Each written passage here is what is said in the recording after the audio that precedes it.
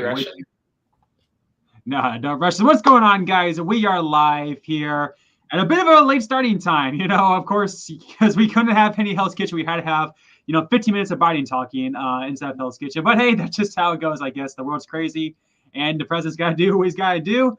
But yeah, I am excited to be joined as usual by my co-host Ultranatic Productions. Ultra, how you doing, man? Doing okay. Little random story about me, but before this, I was just cleaning up a little bit around my bedroom, and I got stabbed by a tiny little sword, like toy sword. I was like, really? I didn't think it was gonna be that authentic, but okay. Wait, how many toy swords do you have? No, it was like a little prop for like this little figurine I have from the Netflix show Dragon Prince. It's not important. The point is, like, it really was sharp. I'm fine. It was just a small cut. I was like, get a badge in case. All right, well, all right. And I'm excited. He's been on my channel before for a very popular video, Heroes versus Villains Cast Assessment. But now he's back first time on screen, helping us do this recap. The Hell's Kitchen Predictions guy, Ruby Stretch. Ruby, how you doing, man? I'm doing fine. Just looking forward to doing this, and I'm glad that you guys invited me on. And yeah, so I have my ideas in mind. Let's do this. Well, speaking of ideas, like kind of tell the audience a bit about yourself if they don't know about me, because you're in some ways like a really OG YouTuber doing your predictions from way back. And that's, for those of you who haven't seen the community post in the comments yet, yeah, we're of course going to recap the episode. But we're also, being that Ruby is here and he's the predictions guy, I figured it'd be a good time. We do a draft assessment. We all three kind of draft 5 people, the remaining 15, and just give general predictions. And all you guys in the comments can join us as well. But yeah, Ruby, kind of tell us about your time here on YouTube and with Hell's Kitchen and whatnot. Yeah, so basically about 4 years ago to season 19, when season 19 not aired, but like the summer before it aired. Hello, Tanner, nice to meet you. So when season 19 was like the summer before it aired, basically it was COVID, and it was it was 2020 actually, or 2021, one or the other. The point is, we were all waiting for it. It's been such a long time, and at some point I was like, fuck it, I'm going to do this like PSA sort of like video talking about all the news that we've heard so far on Hell's Kitchen season 19, when it might come out, different trailers. And I gave like a time frame based on, based on what I noticed. And I figured it would just come back September freakingly, but then all of a sudden they delayed it again, and we had to wait till January officially, but we could secretly watch it online in September. Because it was airing in the UK and Australia earlier on. So from there, I was able to, I didn't expect to get this many views, but I got like so many, like quite a few thousand views off of that. And I was like, okay, shoot, and I made predictions and so forth and so on. But the thing is, I still am in university because I'm doing a master's now. But back then I was doing a bachelor's, and I couldn't put as much time to YouTube as like Flynn Masters. You do it every week, not twice a week, and I couldn't put that time commitment in at the time, and still kind of right now, like I tried to, but it's kind of not panning out. But that's it. So it's mostly You're here with us now. That's all that matters, right? And we're in for and my videos are kind of sporadic, but like I really try to like put up YouTube content for Hell's Kitchen. But yeah, predictions are 100% my all-star like type of video, We got Alyssa back. But Alyssa, again, if you missed last week, again, it was a fun episode to talk about, so check that out if you haven't. And like I said, guys, I'll try to get more. Again, it was a busy week for the Hell's Kitchen contestants, so fortunately you didn't get anyone on. But again, like we said, we got Ruby here like I said, it's perfect timing, just we got very fortunate in that. Because this is around the time, right, Ruby, where you start giving your just your predictions in general, right? So, like I said, we'll get all those predictions here later on in the episode. Let's recap this episode first. Before we begin, Ruby, what's kind of been your thoughts about this season so far? Because me and Ultra have absolutely, so far, everyone's kind of agreed. We're absolutely loving the first 3 episodes. So, what's your take on the season been so far? I think that's the thing. Seasons 19 through 22 for me have been like this. The beginning of the seasons have always been the same wavelength, and I think that. But I think that it tends to like vary as the season goes along. For example, we have season 19, when a lot of people were upset that Nikki got sent home over Amber, even though I kind of saw it coming. Like Nikki's trajectory, just like I just felt it was going to go down, or the way her storyline was going, I felt just very fitting to cut it right before the Black Jackets, even if a lot of us disagree with it. But season 20 had a good Steve getting the Black Jacket was nice. Cheyenne getting the Black Jacket was nice. But I think that season 22, I think this is an interesting season because we didn't have that second challenge elimination. We didn't see that. And also the only thing I find is a more of a down is that I understand that he's trying to go for an American dream theme, but this is one of those take a shot every time you hear the word. Yeah, American is that word, Yeah, just a theme they put. I think that we can all agree this has been a good season so far, but this theme is so forced. My goodness, so it's forced. Yeah, I think they're all forced. I'd rather because that's the thing. They're kind of forced, but I'd rather have these versuses where it's okay, just do East versus West Coast. It's it could be random as hell, but don't do the theme that's too forced. They wasted it on MasterChef, right? Yeah, now they can't do it for Hell's Kitchen. But all right, cool. Yeah, so it sounds like everyone's here enjoying this. So I will admit this episode wasn't quite as chaotic as last week's episode, but let's get on into it. And part of the reason, if I'm being honest, was a pretty tame reward challenge. We got although what do you guys think? Ultra, I'll start with you. Do you like these challenges when you have the chefs cook against each other? Is this a good way to see who stands out and see if any weak chefs so far can pull off any upsets? I do like these challenges for that reason. Sometimes it's kind of fun to see a little bit of I'm gonna say I don't know if butting heads is the right word for it, but just messing around with the other chefs, trying to scope them out and see who you think you can possibly be. For some people, they've done it fairly strategically. I think in season 14, when Nick went up against Monique, because he was oh, I can beat her easy, which he was right. Here, though, I do like that most of the chefs, I think, we're going after people who they could probably who I thought would be a worthy competitor. I will say it was probably a little bit of a low blow when Melissa went up against Brad, and she said because she's more American. I'm not gonna read too much into that, but come on. I read that. I heard that comment, and I was like, it's funny because the thing about Brad is I think he's Puerto Rican. I think he's an immigrant. That could be taken the wrong way, right? You know what I mean? Well, Puerto Rico is American. Sorry, I meant to say. I don't know, but it's all the same. I'll admit it was kind of intriguing. It was also one of those things where it's did she have to say that? I don't know if she did, but that's me. Yeah, I know. I just feel like a dumbass right now because I said Puerto Rico instead of Cuba, but yeah. Anyway, so like I said, the challenge, like I said, pretty self-explanatory. Not really any bad dishes. The only thing I'll say, and Ruby, you can kind of touch on this, and of course we don't really talk about too much about winners and whatnot because we'll get into that plenty later. But once again, Jonathan was highlighted in a very, very positive light in this reward challenge. Again, talking about his daughter getting the classic, oh no, I'm gonna have a bad dish, only for it to be a literally perfect dish. So Ruby, what's kind of your take about Jonathan so far? Without talking too much about him. Yeah, it's funny because I was actually every thought I had about Jonathan, I was saving for the draft later tonight. Okay, basically Jonathan, I wasn't more focused on him in a dish. You have a point, he brings up his daughter. It's positives, it's positive edgic sort of points. When it came to, I was more focused on Jason. I think Jason was the one where, for example, this is another thing where we're tying into whether we think season 22 is a good season or not. And I think that season 22 is, in terms of talent, is actually seems somewhat decent just based off this challenge because we had maybe the score was 7-6.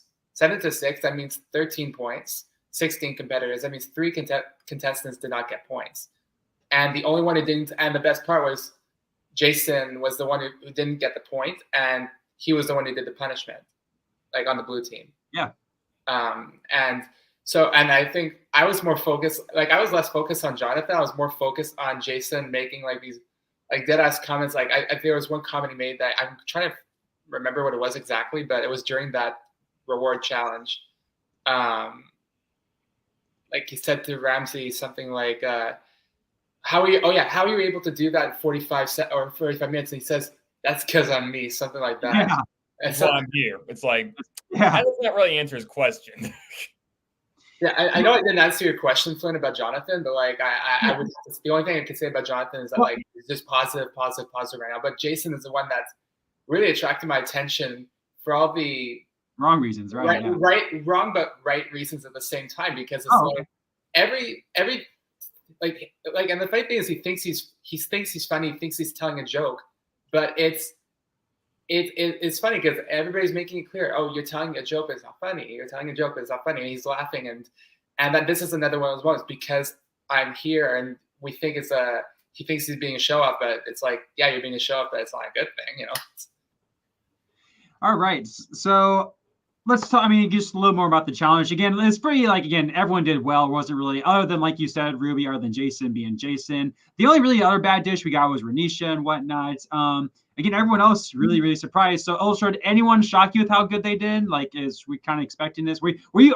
Even better question: were you shocked we got this good of a performance after the season's not been great so far? It was a little surprising to see them do as well as they did. I expected there to be like a decent amount of good dishes, but like this many, that was pretty insane. Yeah. But if they earned it. I think I'd say I was most pleasantly surprised by Brad. And it's not for like anything in the past few episodes, because like we all figured he was getting kind of unfairly dismissed by his team.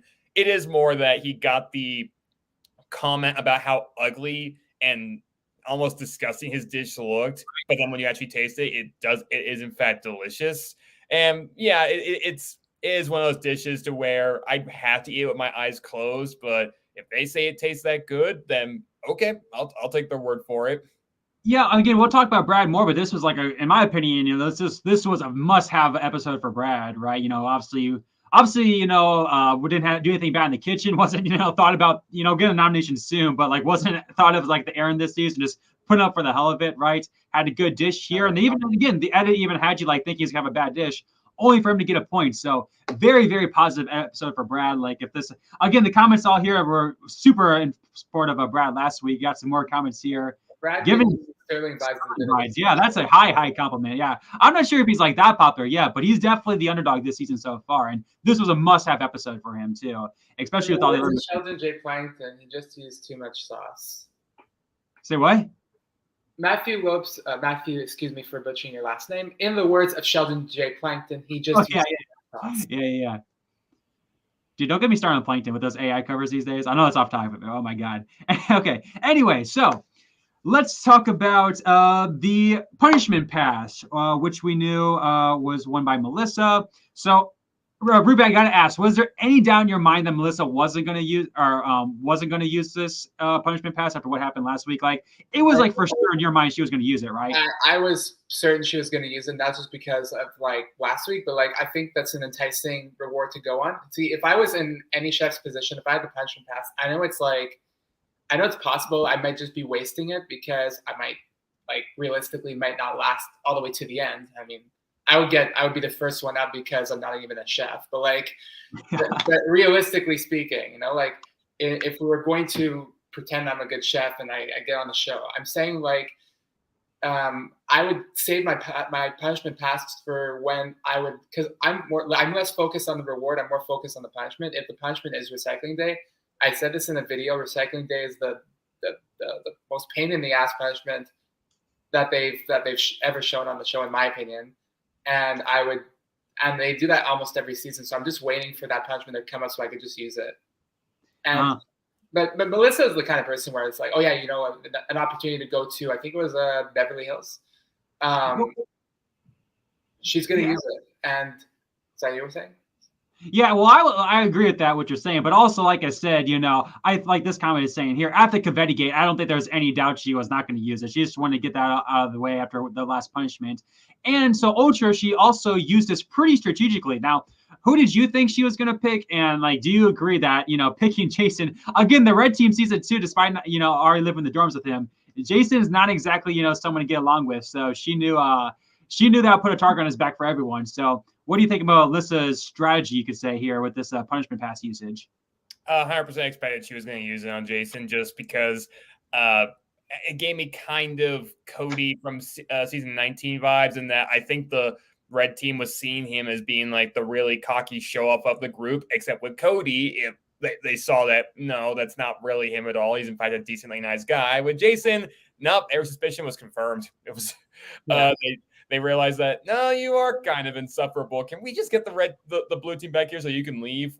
I don't. mean, in the defense of the season 19 red team, I will admit that Cody, like the first 2 or 3 episodes, he did come across that way, and I think it's kind of true. But a little, he took a step down, and like he became one of the better chefs as the show went along. Yeah, and I'll say this: Jason is even if he had like the worst possible bad faith opinion of Cody from that season, I think Jason is still coming across a little worse. I saw one person in the comment a minute ago say that Jason Underwood was greater than this guy. I'm not going to go that far, personally.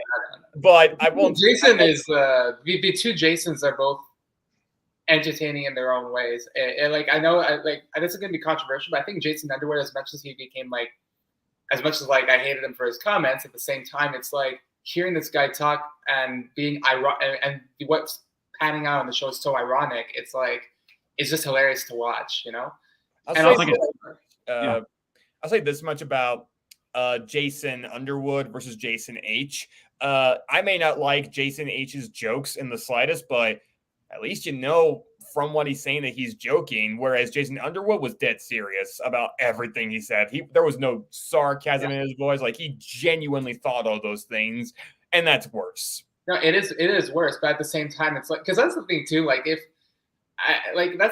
somebody, if there's a comedian who makes those kinds of jokes that Jason Underwood said, it could be kind of funny in context. But that's the thing, it's true. Like, if in my comedian brain, I'm kind of laughing a bit, but in my, this guy's actually serious about it. Okay, it's not funny, but it's ironic. He's losing challenges. He's losing services. He's getting his ass kicked by the woman. That's funny.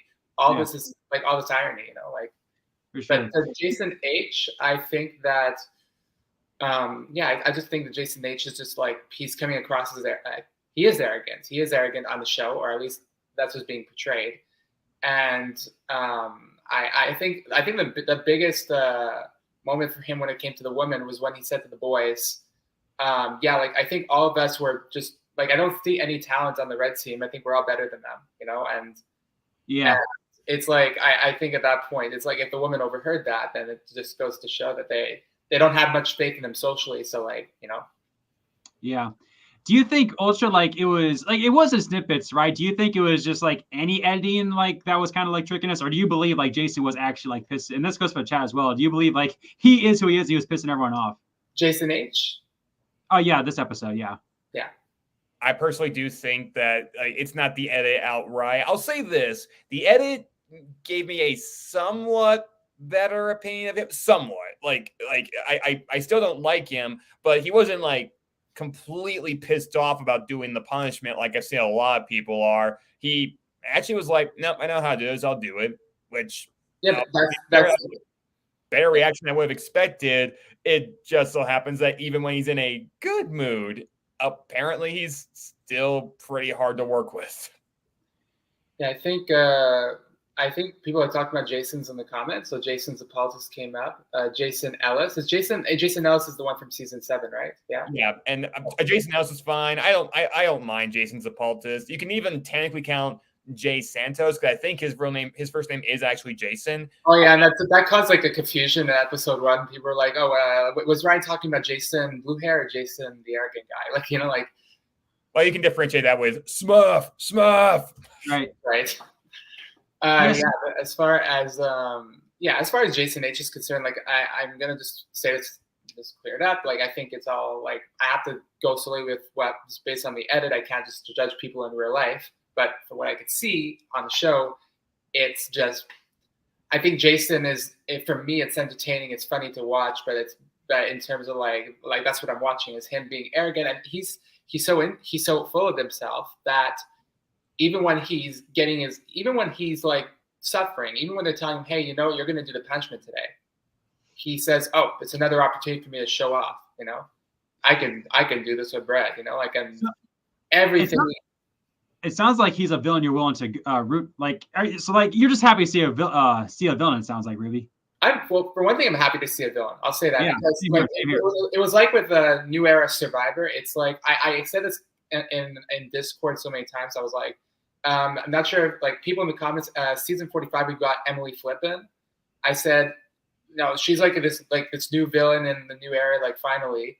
And Jason H is the same thing. I compared it to. I said like all the shows all of a sudden they're bringing these villains on. Do I like having a villain around? Yes, within reason. I wanted to see Elise be kicked out much earlier because because there are people getting robbed. See, if there are villains around and there are people getting robbed, that's when I find it's too much and I want the villain to go. But if the villain's there and they're entertaining, and like for example today versus Matthias if it was a professional level, I would have kept Matthias over Jason. But on an entertainment level, Matthias kind of sucked anyway. So it's like, or at least what we saw. Yeah. So it's like I didn't mind seeing him go. But if it was, I don't know, Ryan versus Jason and Ryan went, then it's like, okay, that's where I find it's like the talent outweighs the villain. And I like seeing a villain run. Does that mean I like the villain? Not necessarily.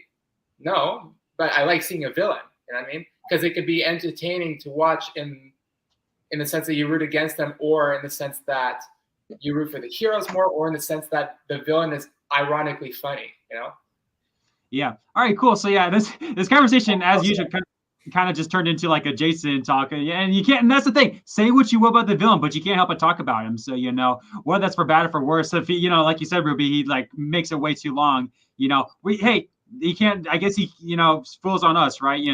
We're the ones talking about him, nonstop. So any other sorry, go ahead. I have one comment to make, and I try to do a little bit of my own grading on how I think these contestants are performing.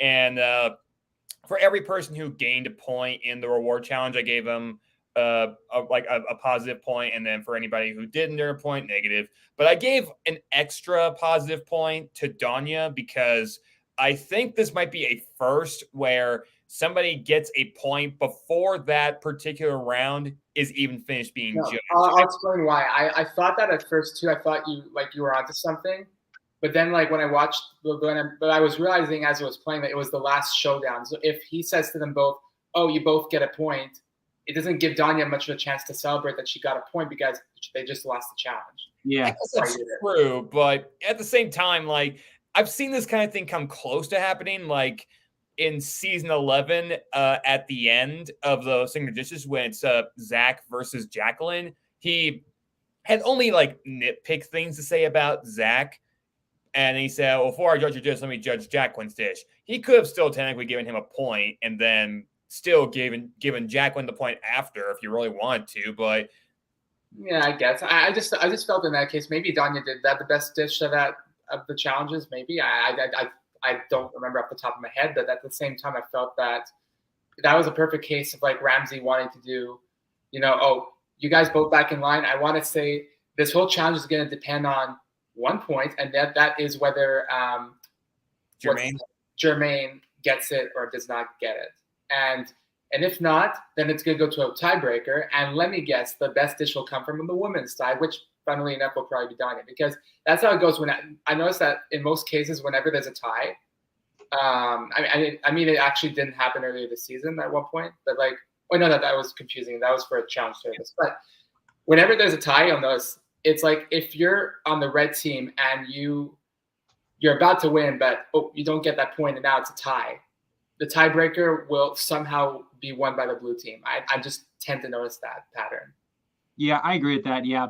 All right. So any other comments? We do have a lot to talk about. So any other comments about the reward challenge, Jason, Brad, anything about that before we get into this dinner service? I think Melissa, I'll just say one thing about Melissa before we go, and is that I feel that she herself is starting to be, I'm not saying she's as bad as Jason, but I think she's if we're saying it's a minor villain, it's Melissa. I feel like, yeah, I'd say it's Melissa because I think what's going on there is I think somebody mentioned in the comments, do you think the red team's going to be bitter with Melissa because she used the reward pass and she left the team with Jason? And I'm not necessarily 100% sure it's because of that, but you have to combine that with the fact that last week she lied to Christina. you have to combine the fact that she herself said, I feel like my team doesn't have my back. So I have a feeling that over the next couple of episodes, Melissa's going to be like not playing well socially, or at least she's not gonna be gelling well with the team. And it's gonna, I mean, Renisha and Carmen had their bad moments, but I think Melissa's gonna start to have bad team moments, or she's gonna have a bad social game soon. Yeah. It's interesting you say, Melissa, because I mean, it's definitely possible with this whole thing with the punishment pass. Again, like you said, I think it's, between like Renisha and Carmen, as like the villain. We didn't hear much from them from this episode, but they showed flashes of villainous last episode. So like I said, there's definitely the villains this year, I mean, obviously Jason's a standout, but it'll be interesting to see how the red team goes, especially after the cattiness last episode. We'll see if we get any other moments like that. Yeah, so, and as far as the cattiness last episode is concerned, it's funny because like the whole season they were like, oh yeah, like Carmen's, the female villain, and then like, this moment where I don't know if the show's trying to continue to show Carmen as the female villain and show that Renisha was a strong person going against her. But the way I read it, I was like, Jesus, you're not even giving Carmen a chance to talk. Like you asked for everybody's opinion. Carmen says one word, and you're like, I didn't ask for your opinion. It's like, well, I think I don't know what the show's trying to do, but I think that you're looking like the villain, not Carmen. Sorry, So speaking of Renisha, so let's talk about service. Ultra, we're all off top. We are all off time due to the Biden and whatnot, but I think it started once again pretty early. So did you think, again, we talked about this last week, did you indeed think we're going to get, match season 12 and get a third straight service where both teams lost? I wasn't predicting it going into the episode, and then when the service began starting and we were seeing a decent number of mistakes early on, I was like, is it actually going to happen again? And it didn't. They both did complete despite a fair amount of mistakes between both teams. I guess like they did at least earn finishing, but for a moment I was thinking like, is this actually going to happen again? It didn't, but came close. That we'll say that much. Spoiler for a future video where we're going to be talking about some certain bad names throughout Hell's Kitchen history. So just be on the lookout for that within a couple weeks. Yeah, well, not butts right now, but if there's more butts throughout history, yeah, if it's a hint, if it's a cursed name throughout history, we'll definitely add it to the list. Okay, so let's talk about the service. Like you said, it was a lot of mistakes early on, and then like out of nowhere, it kind of finished strong for both teams. So that was pretty interesting, right? So we even the lot of mistakes that happened, I think it was just a select few people. It wasn't like a disaster, like the previous services. Well, I will say it was odd with Renisha in the beginning, right? With the whole thing with Christina, we were talking about Christina earlier. She had like a little bit of a tussle with Christina, talking about Renisha's villain and whatnot. A little bit of a tussle that like lasted for like 5 seconds. You like thought crap was going to go down because like she lied about, I forgot what happened exactly, but like, Christina was not happy about it. And then she kind of said her piece and kind of just went back and kind of responded well after that. So, hey, good on Renisha. But I thought that was kind of odd.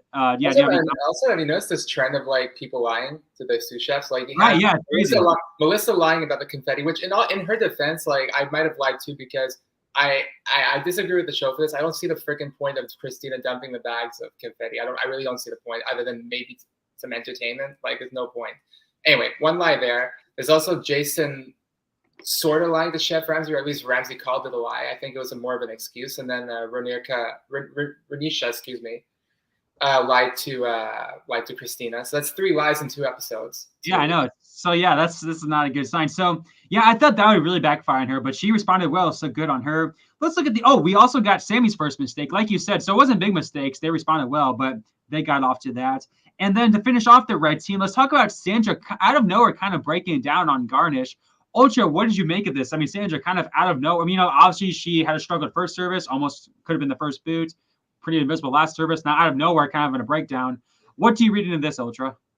I'm worried about Sandra becoming a little bit of a broken record because she gave the same excuse this time as she did in the first service, that she just couldn't hear very much, to which I don't think I've ever even heard that excuse from other people. I mean, not hearing, I take it, that's one thing, but consistently not hearing things in a kitchen that's obviously that loud, that strikes me as you just not listening. All due respect to Sandra, I'm enjoying watching Sandra in this. It's just, I really hope she does bounce back from all this, because that's just not, I don't want her to become like the Rob McHugh of this season, where it's just the same thing over and over again, or the Amber from season 19 of the season, just saying the same thing. I hate the blue team. I need help on my station. I can't hear anything. It's like, please say something different. I think, because I think at the end of the day with the hi Sharon, as far as the like what you said about Sandra, you do have a point. I think with Sandra, she just like, I don't know why, but I lost my train of thought. But what were you saying, Flynn? Sorry. Oh yeah, I mean, I was gonna say it's also kind of funny. That's like the first time I ever heard someone say like they can't communicate because they hear people talking out in the dining room. I was like, okay, your hearing must be really messed up, or you're making excuses or whatnot. Like that's a new one for me in 22 seasons. So that's you actually raised a good point. You mentioned I didn't think of that. I didn't think of you thought something, which is that she's hearing people in the dining room, but she can't hear her teammates. Yeah, right, exactly. It's just I know scientifically speaking, there might be, I don't know, 2 different like layers of hearing that I don't know about, but still, it's weird, like. So yeah, we'll talk about obviously how Sandra's going to do, but I was going to say that could be foreshadowing that, like, hey, like that could be your downfall is communication. Like again, if you're hearing people in the dining room more so than your teammates, I feel like again they're setting something up with Sandra for the long haul, but. I mean, she was hearing the pots and pans of her teammates, but just somehow wasn't. I think she was even hearing her teammates talking. It was just a matter of like, because there's hearing what's going on, and then there's processing the words into your brain, and I think that's what she was not able to do at that moment. And so that's what I meant by thinking about the different layers of hearing. I get you, yeah. I remember the train of thought that I lost.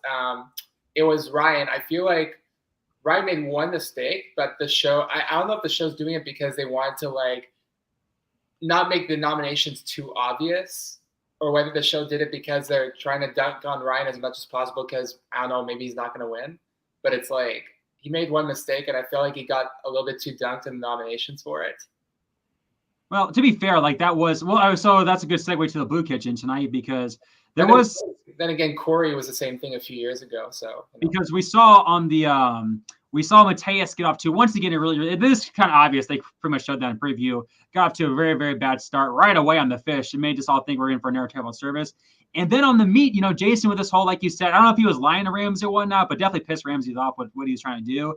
And then, yeah, like you said, Ryan, a very, very strong contender, for I think a lot of people coming this episode, having a bad night along with Jason on that dreaded meat station. Once again, the meat, it's always been the fish these past couple of years in New School seasons, but the meat station is really getting the blue team. Luckily, they were able to respond, but those were the 3 main people who messed up. And so we had 3 people mess up in each station. Again, it seemed like the blue team was a little more worse. So were any of you? Why do you sound like somebody who's giving who's giving the commentary in a sports match, Glenn? Say what? Like right now, you're giving me this like vibe that like there's like a football match and you're like the announcer for Fox News or something. I always wanted. Fun fact: I wanted to be like a sports announcer when growing up. So hey, good. I'm glad. Yeah, personally, I did like community television like earlier this year, but yeah, I guess that's the closest I've been to so far. That and YouTube, but like still, Sweet. That makes me feel good. Yeah. All right. So we had a couple mistakes in each, like 3 people messed up in each station. So Ultra, were you expecting when both teams finished service, who were you expecting to win the service, red team or blue team? Red team. I just sort of had a hunch about who was going home, and I was like, I think it's going to be Mateus, even though he did bounce back. I don't even want to call that a terrible service. I guess I'll call it bad because he did have enough mistakes to sort of warrant that. But for some shifts, I like to give him a little bit of a reprieve if they do bounce back. But it might be if it's like a much faster bounce back. And it did take him at least 2 tickets to get through that. So shame. I was like him, Mateus.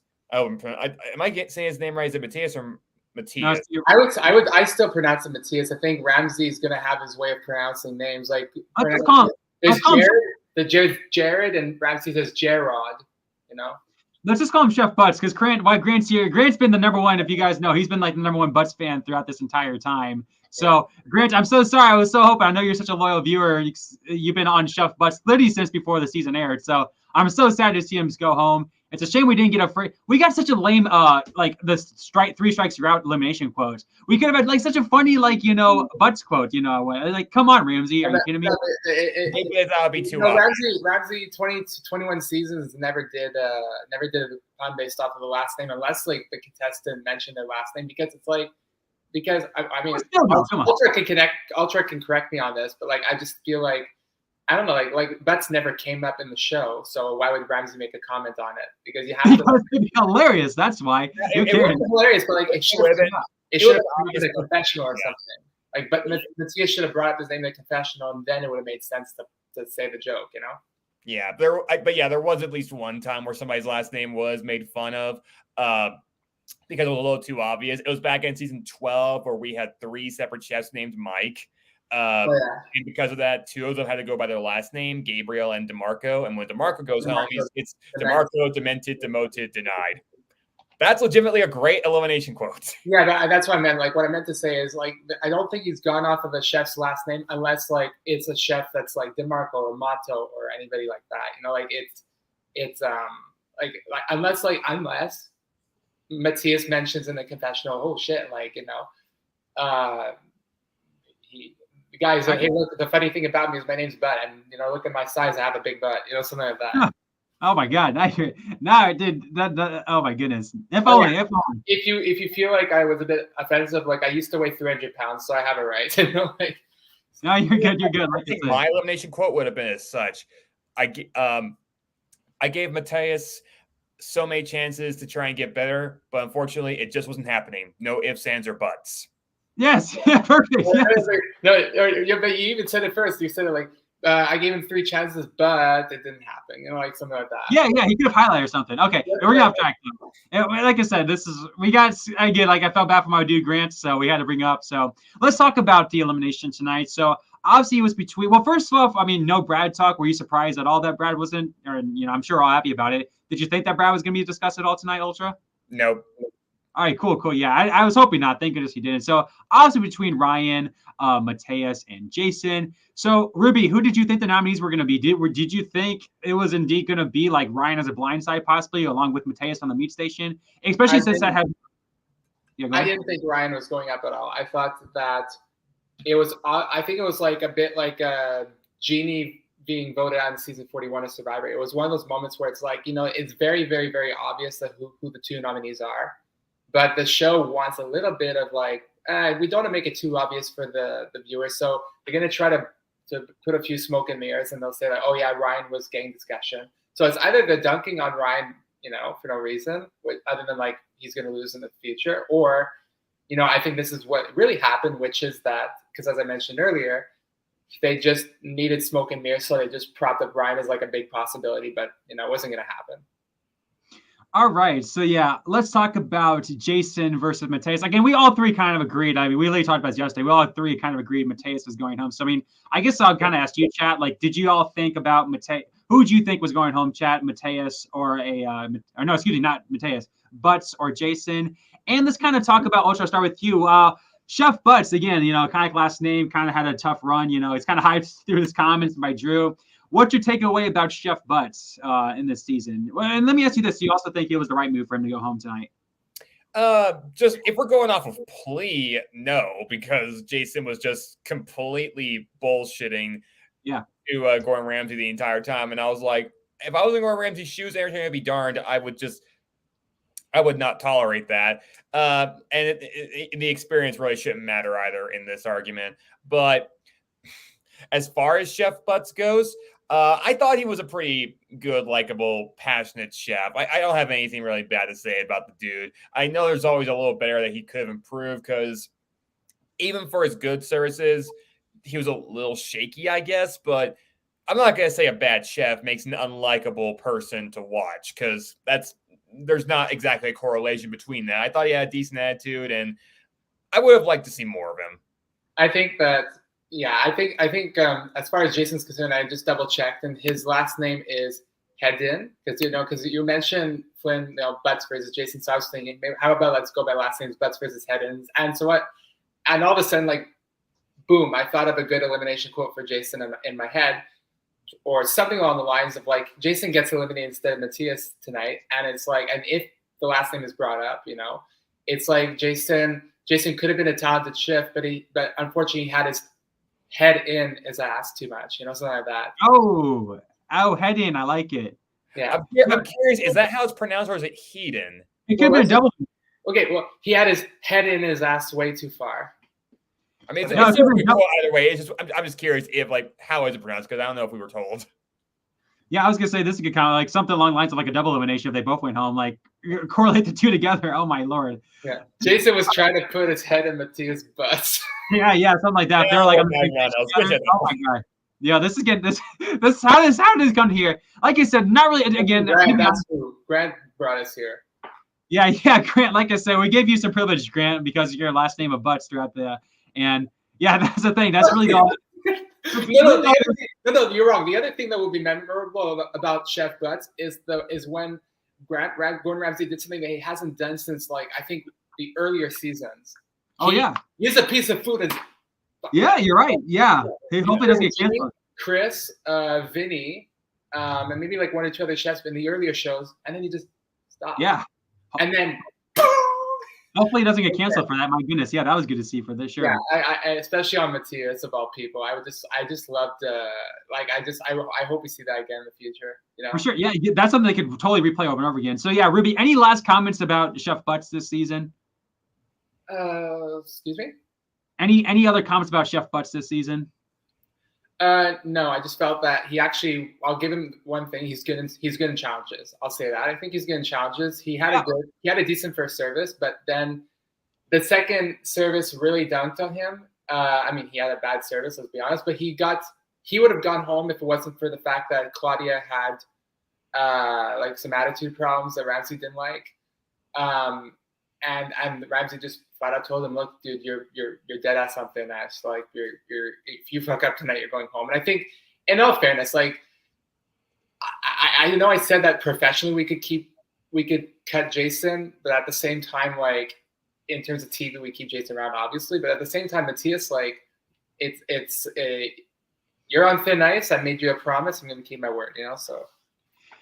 And with that said, any other, again, like I said, kind of I don't know, not a Blaine episode, but kind of like expected, challenge was what it was, a pretty like obvious elimination. We all kind of agreed Matthias was going home. Some things here with like Jason and whatnot, Brad maybe could be making a comeback here. We saw some really talented chefs make their first mistakes tonight, So, Ultra, any other final comments about the fourth episode of Hell's Kitchen season 22, The American Dream? Renisha's dish during the reward challenge made no sense. Yeah. I instantly knew, like just from concept, it already sounded bad. And then when he said to, I believe it was Atoye, that she changed her dish, and that was not what the assailant was asking for, I was like, oh yeah, Renisha's not winning this one. Like, even if it tastes good, like that's not even a pizza dish. It's some kind of pasta-esque dish. Actually, no, that's not true because there was no pasta in it, but it was pizza, I think, right? But it's supposed to be pizza, but it was not structured like a pizza at all. It was like a reverse engineering of it, if you will. And oh yeah, it didn't sound like it was going to work. It's like Ramsay. I would have. It's one of those moments where like I remembered watching like when Mika sent her signature dish. I watched the rerun of it like with one of my parents, and right off the bat, like. Before she even like got the dish tasted, my parent was like, "C'est quoi ça?"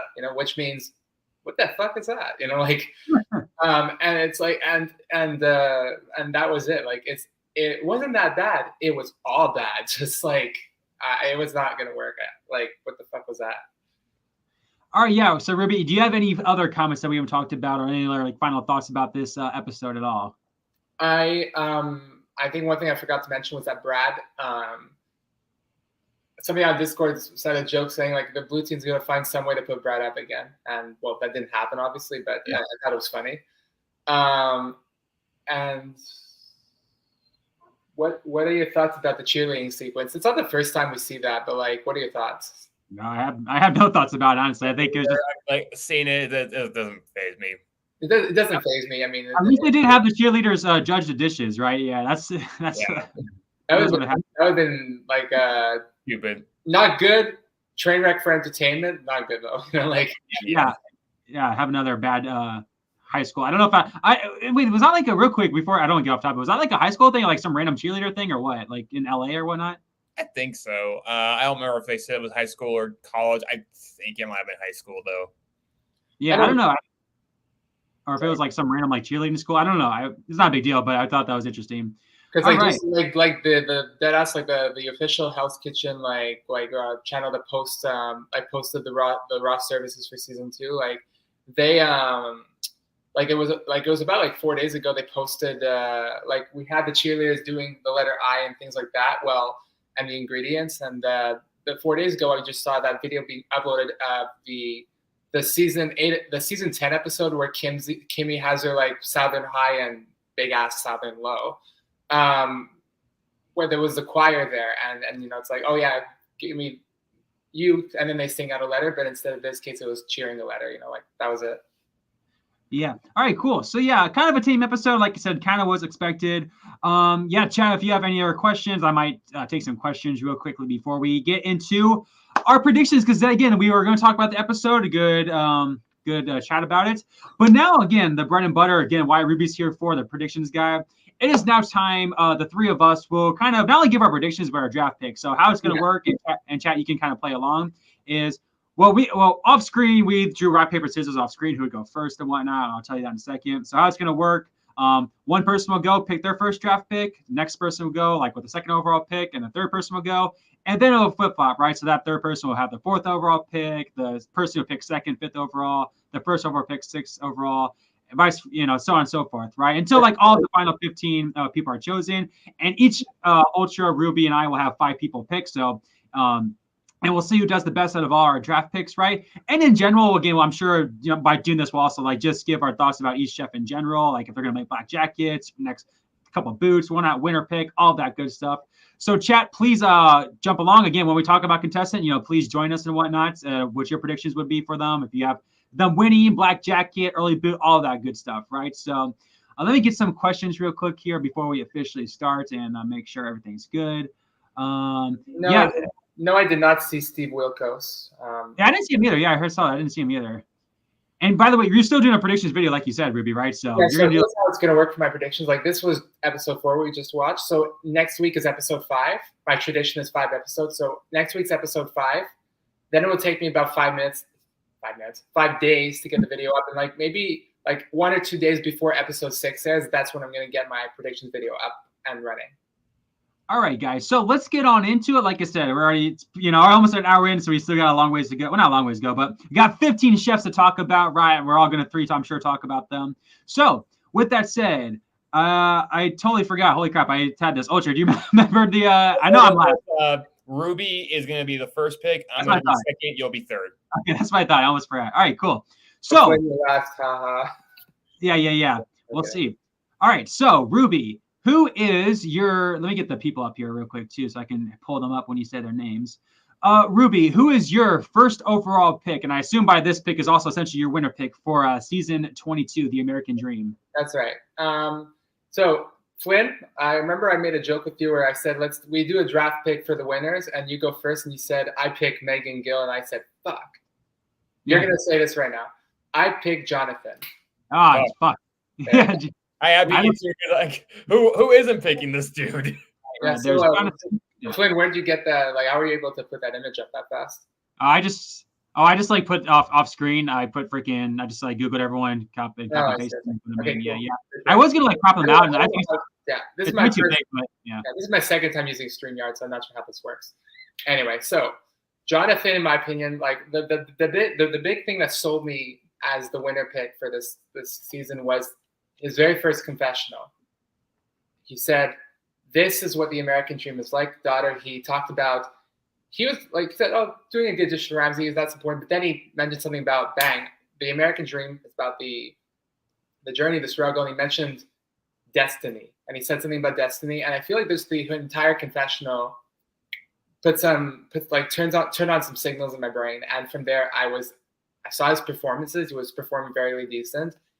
Positive edit. I think he's going to win this thing.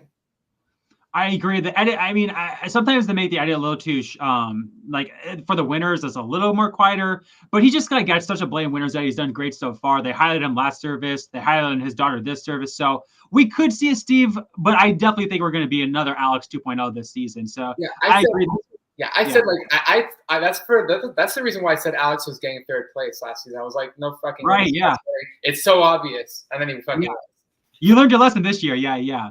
All right, cool, yeah. So I think I said Steve was gonna win because I felt it was like kind of like Corey, you know. I think I don't know, but maybe Hell's Kitchen is trying to switch up the edit every year. Maybe I'm being because Corey was sort of a strong edit. Trenton more under the radar. Alex, obvious. Maybe Jonathan's gonna be something. I mean, somebody else will be something new that's not gonna be Jonathan. I don't know. Jonathan's my number one. Fuck it. All right, Ultra, with the number 2 overall pick, do you indeed have a Jonathan as number 1, or do you have someone different as your number 1? If you did have Jonathan as number 1, well, who is your number 2 overall pick? And in this case, your number 1 overall draft pick, Ultra. Jonathan would have been number 1, but I kind of expected he'd be taken first anyway. So gotta go with my number 2 pick. I'm gonna go for who I think is getting a more subtle edit, until maybe next episode, given what we saw in the promo. But I don't know. I got a gut feeling about Sammy. I feel as though there's something fairly strong and confident and well poised about her and her demeanor. Again, maybe we'll see another side of her in the next service. And we did see a mistake this service. That doesn't necessarily mean anything. I mean, it could mean something down the line, but we've seen some pretty well-regarded chefs make big mistakes early on. Christina Wilson. So you never know with these kind of things. And if Jonathan's getting like the most prominent winners edit, Sammy is a lot more undertoned. And I do think that there is a chance that she could outdo him. Yeah, but I disagree with you on one thing. I think that, like you mentioned, Christina having a bad start. I think that's true. It's possible. But I think in the most, like, ever since, like, you know, season like 14-ish around there, like the more recent than the era before recent seasons, I feel that like these winners are not going to have bad starts. Like everybody comes in, they're strong, and it's like it's obvious who the first boots are, and it's obvious who's getting a black jacket, you know, or at least semi-obvious, you know. All right, so but Ruby, it sounds like I agree. Sammy would have been my number 2. Was she your number 2 as well? She would have been my number 2 or number 3, but she was one of my top picks. Well, yeah. Let's see if this person's your number 3. So my first overall draft pick, he's been despite a somewhat disappointing night tonight, I'm still feeling really good about our Irishman. I think this is him. Hopefully it's him. Yeah, my boy Ryan. Again, like I said, he's just been really prominent in the edit, similar to Jonathan and whatnot. And like why I definitely agree, like Sammy and Jonathan are far away getting the best edits right now. I think Ryan's right behind them again, doing really well so far. He problem the edit, of course, I could see another Declan where we finished in 3rd place as well. Bad night tonight, but sometimes it happens. You have a bad night, you avoid nomination, kind of respond. So be interesting to see how he responds. Hopefully this doesn't backfire big time. He starts to do pretty badly now. But I'm still feeling pretty good about my pick. I know some people even have him as their winner pick still. So saying here, Ryan slays. So yeah, we'll see what happens with Ryan. What do you guys think about Ryan? Any of you can go. I'll admit, I think he was a little cocky during the deliberations by not even owning up to making a mistake. And I admire his passion for wanting to fight. We've seen from some previous interviews that the producers are often telling the cousins to do that. So maybe that's part of where that came from. So I don't want to put too much stock in that, but that's sort of why I decided to go with Sammy over Ryan, just because we hadn't seen that side of her yet. So there's always possibility. That's all I was going with. All right, yeah. Ruben, any other comments about Ryan? Or I feel that Ryan might have been my next pick. Like I said, Sammy was my second or third, because I'm gonna be honest with you, I didn't come up with a big priority list tonight. I didn't do that. I'm going off my brain, but and also I just loaded up a list on Wikipedia. So I feel like Ryan was like a top contender for a draft pick for me. I feel like he's had really good showings, and he is like Declan. He's not saying he's as good or as bad or as better or whatever, but he's probably gonna get a black jacket. He's probably gonna be a front runner for a while. Right. Yeah, so I think we all can kind of agree. It seems like the chat agrees well. Those are very clearly the top 3 consensus picks. Now, So now I might be a little controversial with this next one. I don't know. I could see this person like maybe you guys agree, the comments agree. So it should be interesting now of my next draft picked. I could see some people like, why would you have this person so high? This person's been very, if not the most under the radar so far. But I am getting serious. If it's not one of the top three, maybe we get a Holly Ugalde 2.0 in Lee. So yeah, Lee is my second overall pick, fourth overall pick in general. Ruby, do you think that's too high of a pick? What do you feel about Lee? No, because honestly, like there's a few people in my brain that don't have they're not getting strong edits right now, and one of those people is also the next in line in my brain right now. But so I'm not gonna say who, but yeah, basically Lee's a good choice. But who is Lee? That's the thing. Right. Yeah, that's the thing. She might be a little too invis. I wouldn't say completely. We got a little bit of her mentioning that she didn't have a ton of experience in the first episode because of her not cooking the protein properly during the signature dish. She still got decent points though. It was just the protein that was a little overcooked, I think. So I think there is something to her. Like this could be maybe another Nikki Hannah kind of situation. Yeah, I think that's what I remembered about her too. Lee was like the Nikki 2.0. Like she's another Nikki. But the thing is, then again, like if because that's the thing. Could we say that she's like she says I'm like a prodigy. I want to learn. Like she was saying that. I'm like I can see that for Trenton, but the thing is I don't think they're gonna replicate a Trenton edit if they're gonna go for a winner like Lee. Like that's all I'm saying. I don't. And what I will say is though, I will say about the Nikki comparisons, like again, we saw the underdog. She was an underdog right throughout the competition. Like while Lee has made her story like clear, like she doesn't have much experience, that's not holding her back. So I do wonder if the editors are like, okay, well, she's not an underdog. She's not doing anything wrong right now. So if she's gonna win, let's just kind of like have that be her story. She's under the radar. She's not a standout, but she can get the job done. That's all that matters. So that's why I'm very, very high on Lee. And yeah, Lee's an underdog. I'm just saying. I think she also had this prodigy edit as well, and I think that there you go.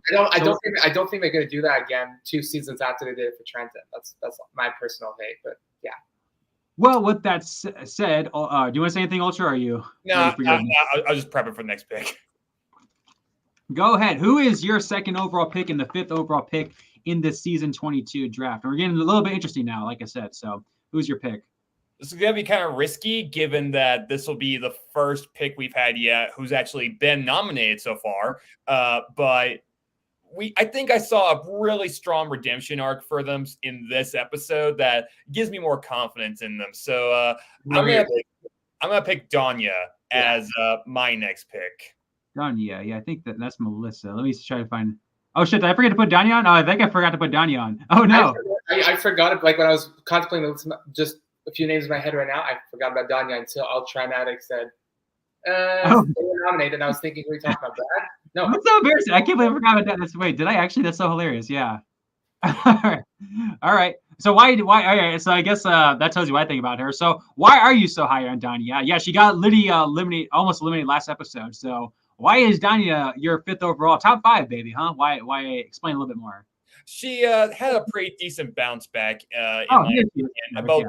both in service and in reward. Again, she did really well, getting instant point, even if that was just meant to give her time to celebrate. The fact that it was like barely even decision for Gordon Ramsay, I think is pretty solid for her. We saw her being a decent leader in the team, and she had a few high points outside of that. I remember in the first service, she served Martina McBride's chef's table, and that had to feel like a lot of pressure for her. And from what we saw in the edit there, she pulled off okay. It was only in the second service where we've seen her struggle so far. So, like mistakes aside, I do think there's a chance that she could keep getting better in this competition. Yeah, I don't really know what to think about her. She's like, I literally forgot about it. To be fair, there has been a lot of forgettable chefs. I will be honest, say what you will. The ending has been kind of on these like top people so far, and like all the fights, and some like subtitle people are kind of under edited. And so I kind of like just don't really have much to say about her. I could definitely chat. This goes for you. Do you think Donnie is a black jacket? And Ruby, what do you think about Donnie? Do you think she's a possible black jacket? I think she is. You do? I'm flat out saying it. I think she is. All right. Okay. That's the vibe I got from this episode. Like Danya's gonna go far. I'm not saying she'll win. I don't think so, but she's gonna go far. And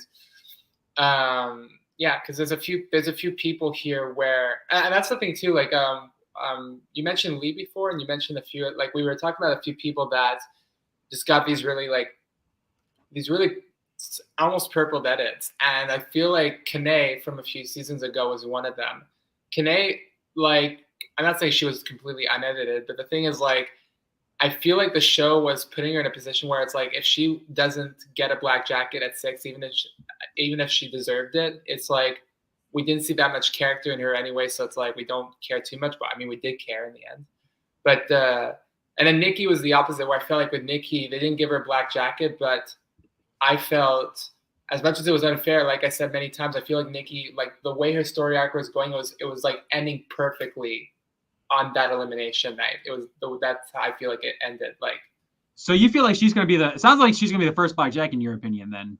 No, Danya's making the black jackets. I was just thinking about Leaf for a second, you know. And I know, but it sounds like first. Do you think so? First black jacket, eliminated final 4. What's your overall, or just feeling black jackets in general? I think Danya will get. She can be top 5 or top 4. I mean, maybe like I think Ryan might outlast her, but so you definitely agree with Ultra in top 5. Yeah, I definitely. I mean, I can see it. Definitely, I can definitely see it. I just have really nothing to say about her. So. All right, cool. So with that said, Ruby, so sounds like Ultra did steal one of your picks. So who is your second overall pick and the 6th overall? In this case, would just be missing out on the black jacket, possibly black jacket. Who is your second overall pick? I think this is a bit of a bombshell pick, but I'm going to go with Demir. Demir, where is Demir? Yeah, here he is. Demir. Yeah, I think with him, he mentioned, I don't recall 100%, but I think he did have a bit of an American Dream arc that can take him far in terms of the edit. I think also we haven't seen much of him. Like with Lee, when you said that this chef was under the radar, I was concerned you were going to pick Demir, to be honest, because that like you said Lee instead. And this is the chef. Demir was the one who I was teasing when I said mine was also under the radar. See, Demir had a bad start. He had a 1 on 5 signature dish, but I think. Since that moment, I think he was trying to talk about like he wasn't coming across the goofball who made like a mistake, you know, on the 1 and 5, but he was coming across as like, oh, this was just one mistake. I'm moving on and I'm brushing it off, and I'm better than this, but I'm also like experienced and I practice. I'm here to learn. But you know, because other people who get 1 and 5s, they're just dismissed or they're being portrayed as donkeys, and then you have, let's say. I like the big 3 from season 14, Krista, Mika, and Monique, where it's like they just got bad services, and Demir hasn't had that so far. Right. No, I 100 word for word. I absolutely 100%. It's funny you say because he probably would be my next pick. You know, after my next pick, right? I 100% agree with what you're saying. Like they didn't make him look bad at the dish, despite literally being season 22. You're still giving canned food. Like, oh my god. Or prepared food, whatever, right? And he's responding back nicely. It seems like with this whole, dad storyline, the American Dream, he's really been a part of this American Dream storyline. So at the very least, he has a storyline. I think he's in for the long haul for sure. And like a much more safer pick. I definitely can't imagine winning, but definitely a safe pick for sure. So Ultra and chat, do you have any other do you have any other comments about what's his name? Demir. I wasn't exactly sure what I'd think of him, but this episode gave me a little better sign of him. As far as like a good storyline edit maybe for him that I think could work in his favor. He did decent. He's been doing decently well in all his services. The only real downside I've seen with him so far was his signature dish, which was bad. But that's not going to be the one. Aside from that, like I think everything else about him has been kind of okay. So I think I'd give him a fair shot too. Do you think? Is he a black jacket in your opinion? I don't think so, personally. I think we've kind of covered all the potential black jackets. Like, I think, at least with the top 5 we had, assuming it is a top 5 again. If there's a 6th, maybe. No. But I do have, like, a different pick for who I'd have as the 6th black jacket than Demir. But I'll get to that when I get to that, if it's not taken already. As of now, and chat, you can say this as well, since we're in that range. As of now, I'm picking Demir as like the final, elimination before the black jacket, right? So he'll be my pick. Cool. Also, just want to hear in the chat, like, do you guys think that we should have that they should go back to having 6 black jackets because of the stronger playing field, or do you think 5 black jackets is a is just a good incentive, a good challenge for everybody, considering the strong playing field? Or do you think like you should do like in some international versions where they had 7 black jackets? Oh, that's awesome. I didn't know that. Yeah, No, So I definitely what do you guys think, like. Yeah, and also guys, with that, comment along who you think was like since we're in that range there, who's going to get the final black jacket? Is it someone we talked about? Is it someone we haven't talked about? Who's going to get the, who's going to be the final boot for the black jacket? So yeah, now that we're kind of out, so we're officially 2 rounds down. We got our top picks now. So now it's kind of getting to the range where I guess we don't really know what to think of them. Not like an absolute no, but obviously not a yes. So kind of in, our third picks, obviously, and picks of 5. So Ruby, who is your first pick in this 3rd round and the 7th overall pick in this draft? I'm really debating between 2 names. I'm not going to give you a hint on who they are, but I have to really pick one of them right now. Look, I'm picking this person strictly because I think that they're going to make at least the gift phase. And just to those who don't know, gift phase is guaranteed invitees to finale. And it basically means that point in the competition where all the chefs come back for the final service, top 10. They need to have the chef just for a TV value in the final 10, and that's Jason. They're going to. Woo! We got ourselves a hot take, baby. Jason in the upper out of 15 chefs. Jason is in the upper half to Ruby's pick. All right, so Ruby, kind of just explain because he's good TV. It sounds like, right? Yeah, that's why you think he's gonna make it far. Yeah, so Lucas, just final 10. The reason why I say final 10 is because this season you have 2 finalists, and they're probably going to have 4 members on each team for the final service. So that's why I said 10. But yeah, I think Jason is just a matter of edit. Like I said this about Billy last season. I said Billy's a shit cook, but that's what the show is showing him as. But he's being shown as a shit cook, and he's going to get 10th place at least because he's such a clown. They got to have him back for the finale. But I was wrong. He got 14th. But I think they're not going to do the same thing with Jason. I think Jason, I'm not saying maybe he will improve. Maybe he'll have a few good services. He's still going to be a crap teammate. But because he even fooled me. Like when he walked back from the nomination scene, I was thinking, maybe this is what he got from Ramsay was just a message to like wake his act up and he's going to have a redemption arc. But the preview for the next episode is not showing that. I think he's going to be a crap teammate, but I think he's going to be better in services. So I think that at the end of the day, he's going to make the top 10 at least, maybe even further, just because they need a villain that's strong, and that's it.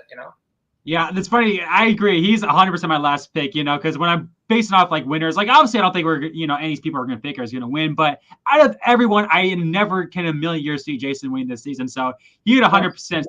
CB my last pick. He could for sure make it far, like you said, Ruby. But like out of everyone here, I don't think he's winning. I'm saying that right now, but I don't think he's winning. But the reason why I picked him is because if we're gonna if we're not doing winner takes all, then and we're doing weighted based on placements, then I gotta pick Jason just to be safe. Yeah, I got you. I know what you're saying, right? I'm just saying like that's why he'd be my last pick, and I think a lot of people's last pick. Like I just can never in a million years see him winning this competition. So yeah, we got a lot of people disagreeing with you, but yeah, I can absolutely see, and in fact, I probably would predict that Jason could make it, decently far. Hopefully not too far, but in the gift phase stage, like you said. Ultra, let's kind of break the tie here. Where do you think Jason's going to be? Like a next boot, like everyone's saying, or like possibly be held along for good TV? What do you feel about Jason? I'm torn because he really should have gone home at least in the last round or 2. The fact he did makes me think it might be another release situation where it kept around over a lot of other chefs, despite clearly being kind of a problem teammate. So I'm not exactly sure, but I'm not gonna lie. This does sort of change who I'd have for my next pick. I mean, Jason was at the bottom for me, so you didn't steal anybody from me, but it is making me consider, should I be going for who I think the best chefs are left in the competition, or who I think has the potential to actually make it to the gift phase? As you say, I think it's a good term. I'd like to use that. Credit you have my permission. Just to maybe mention once or twice. Thanks, Ruby, for the creation. Thanks, Ruby, for the mention there. So if I can give my next pick then? Yes, go ahead. Yeah, good segue. I've seen one person be very passionate about this, and I think I see where they're coming from. If Ruby's going to pick Jason, I'm going to pick Carmen. Carmen, remember what I said? I'm debating between 2 was Jason or Carmen. Yeah, that's why I'm going for like same thing. It's kind of funny. You have all blue team. I have all red so far. Oh yeah, that's true. Flame's the only person who has one of each. So that's and he's only had 2 big so far. So that's something. But yeah, I do think that while she is causing a little bit of a stir compared to maybe the other conflict bringers on the red team, like Renisha and Melissa, I don't think she's made as many super prominent mistakes yet, aside from communication, but that's about it. So I think that she could at least make it a little further to, I mean, not the merge stage, but I guess you could also kind of call this the jury stage. It's not a jury, but people call it, like I've noticed on like threads and whatnot. People call it like jury, like they use that word jury phase. But I just felt like calling it the final service brigade phase would make more sense. But that's too long. So it's like just GIF. I had to think of a term where it's like, okay, what can summarize this into an acronym that's pronounceable? So GIF. That made sense to me when I took Guaranteed Invitees finale. Like, yeah, no, I'm actually pretty high in Carmen. I picked her, a lot earlier. Actually, like again, because she's like kind of right in the middle for me. I could see her like be a flame out really, really quickly with like her attitude. That's the thing. They're obviously building up a rivalry with Renisha, right, and whatnot. So, and against the red team in general, she could be like a complete out of nowhere, or she could rise above that, because it seems like they're having Renisha kind of be more of a villain than her. So maybe they're adding her to make you more likable, and she gets far. She hasn't really messed up at all this season so far. She's kind of what Gordon looks for, perfect age and whatnot. She was my winner pick at the beginning of the season, so I'm actually pretty high on Carmen. Yeah. Well, so except for one thing, except for the fact that I would say the fact that she thought that everybody was putting too much salt. I guess that's one error. Yeah. I mean, I don't know, it's not a big deal, I guess. But. Yeah, but I will say, like, I think in retrospect, like I said, I'm flipping a coin between these two people. Now I regret it. I should have picked Carmen. Like, I think Carmen. Yeah, they're both. Neither of them are going to win, but Carmen's going to make it farther than Jason. That's where I fucked up. Ariel winning in season 15, like even for a villain edit, at least I could believe that as a villain edit because there weren't any prominent like strong hero character. Okay, there were strong heroes in the sense of like heroic personality, but not really comparable in terms of cooking skills. Because the closest we kind of got to that would probably have been Manda, but I think Manda was kind of weak in season 15. I guess you had Jared, but he was a little too inconsistent too. So. And I think with Carmen, like if I had picked Carmen, you guys wouldn't have thought about picking Jason. I would have still picked Jason as my fourth, and I would have had both. Chat, yeah, let me know, chat. I don't know. I'm kind of changing my mind. Maybe I should have picked her higher. Like the more I think about it, I could totally see this storyline, being that Carmen rises out. So we got a couple. She could. So nopes. Carmen has no chance. Okay, yeah. I mean, I think it's pretty obvious, like our top people, our top people. But I don't know. I could. Oh wow, this person's saying the perfect winner at it. I'm not sure about that. But the more I'm thinking about it, I could kind of see it. I could maybe, I don't know, I could kind of see it more than like Lee, even like in terms of winner edit. I think she has a better edit. I think Lee has a better chance in general. But for those watching Survivor 45, I find that Carmen reminds me of Dee a little bit. Just kind of there, yeah. We'll see, and we'll see. I don't know about that, but actually, wait. Given the most recent episode of Survivor, maybe. For those, I don't know if our fans are that. Let's save Survivor for Nerd. I don't know if our fans know anything about that. So let's get on into I don't want to confuse the audience. So all right, cool. So let's get into my pick. So I'm going with a complete underdog pick here. He's been a fan favorite so far. So because of fan favorite, I gotta choose him. That being Brad, aka Bradley. And yeah, not really much to say again, other than the fact that again, this was such a big episode for him. He didn't get eliminated. He wasn't thought about. He had it looked like it was gonna be a bad episode for him, and he had to end up having a good dish. That's all we needed. He has an underdog story. We'll see how far he can make it, right? And compared to the other people on this list who have like no editor whatsoever or clearly villains, when it comes to like making a far in terms of our draft, and I think Rippy, that's kind of what you're going for with a couple of your picks, with like Jason and whatnot. I definitely could see, even though he has no chance of winning, in my opinion, I could definitely see Brad making it far. So. Ultra, just how far do you see Brad making it in this competition?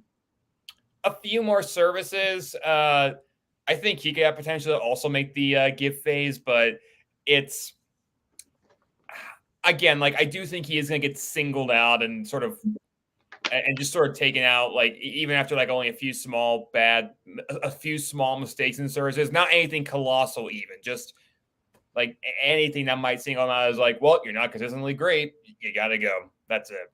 I don't. Yeah, personally, the thing about like Flynn just mentioned, I think we're at that phase now where we know who is probably going to win. The rest of the people we've got we don't think they're going to win. So it's like at this point we're just playing a game of like, right, how far do we think these people can go, even if they're better than the next people in line. Like I thought, like what I said about Jason there. So it's but I disagree with you, Flynn. I don't think Brad's going to get even to the gift phase. I think he's going to go home within the next few episodes. Okay, all right, okay. Yeah. So we're all kind of wordplays here. Like I feel like he got the 2 nominations. He got a good edit this episode, fine. But I don't think there was a build up. I think like still Brad could be like the person who the next time he's nominated, it's like whatever, he goes home anyway because he did have a bad track record so far in nominations. Yeah, that is true. We'll see. I'm hoping for the best. Yeah, kind of a risky pick there, but I'm hoping the fan favorites there. I'm hoping the way you just did was by base. Like I fucked up with Jason. I should have waited, and you fucked up with Brad. That's my. I think I'm feeling good. I'm feeling we're not good, but we'll see what happens. I'm hoping for the best. Good luck. So here's the thing. I'm going to choose a bit much. So it's funny. I kind of did a risk there, but since I'm up next, I can kind of choose a safer pick of someone who I definitely think he's just kind of there, right? So I have nothing really to say about him, but he hasn't really messed up. So I see Devin. I mean, Devin's my first pick in this 4th round. Kind of surprised he hasn't come up yet because, again, he has been so invisible. But, like, he just hasn't messed up whatsoever, That's pretty much all I got. He's just kind of there, hasn't messed up yet. So I hope he goes far in this draft. I'm just going to pick him over the other 5 we haven't picked yet. So, Ruby, just, again, kind of talk to me about Devin. Chat, tell me about Devin. Like, what's there to say about Devin? He's given me almost every season so far. I mean, Ileana's the exception. I think she's the one exception where I think it was unjust because sorry. So we have. Let's go back to when we started. We had Giovanni in season 17. We had. So I'm talking about Cook for Your Life losers. Giovanni, Lauren from 19 and 18. It was I forgot who it was. Gizzy, yeah. So Lauren and Gizzy, Lauren, it was okay to see her go. Gizzy was robbery. Giovanni, I think it was a robbery. People don't think it was a robbery. It's debatable. Then season 20, it was who was Keanu. That was I saw it coming, but that was a robbery. Season 21, not a robbery at all. It made sense, Ileana. Season 22, I think it's going to be. There's a few people in my mind as for who it's going to be, and I think Devin is one of those candidates. Like the person who goes home at the Cook for Your Life challenge is, unfortunate for them, usually they cut right before the gift phase, so we don't get to see them in the finale. But it's usually that, like, to put it in Survivor terms, that pre-merge robbed goddess or king, or I mean, like it's usually that moment where like a person who's like has had a stronger edit is cut and people see it as a controversial move. And I think Devin's one of those candidates. Gotta do some self-promotion here. Like I said, we're talking about purple edit. It's so funny because I will admit, and I mentioned on my video this weekend how, like, Hell's Kitchen is so good about like avoiding purple edits. But so far, we've had a lot of purple edits so far. So be on the lookout for this week, guys. Going to be doing the most forgettable chef from each Hell's Kitchen season. And yeah, I can't wait. I'm glad I didn't do it after this season because it's looking like a season 13 so far in terms of how many forgettable people there are. But yeah, Ultra, will Devin go down as like very forgettable, or will he make a deep run? Where do you feel about Devin? I don't think he's that forgettable. In fact, I think the majority of this cast is actually fairly memorable, actually, especially compared to season 13, where I'm not sure there was something inconsistent and not very well framed about how those contestants were shown. Because if you ask me to name anything memorable said by anybody who wasn't Sterling or I guess Frank and maybe Sade, there's not much I could give. I guess Latasha too. But aside from maybe those 4 people, I got almost nothing. As far as like memorable quotes, I have memorable moments, I guess, like, Brian's blow up, Aaron's quit. But yeah, there wasn't a lot. Here I got a much better impression of people so far. And I actually... What about the risotto? I see some decent charm and confidence so far from Devin. Like the way he was on table side in the last episode, I think is a pretty good indicator. So I don't know if Cook for Your Life is how that he would leave. I think optimistically he'd be sort of like maybe an Anthony Rodriguez kind of boot, where it's like a little before the Black Jacket stage actually starts. Like I can see honestly, it would have been my next pick, given everybody who was left. So I applaud Flynn on taking that one. All right. Well, with that said, Ultra, bottom 5 now, baby. We are in bottom 5 picks. So it's now just kind of a matter of like who we think is going to do the best of these bottom 5. So Ultra, who is your 4th round pick?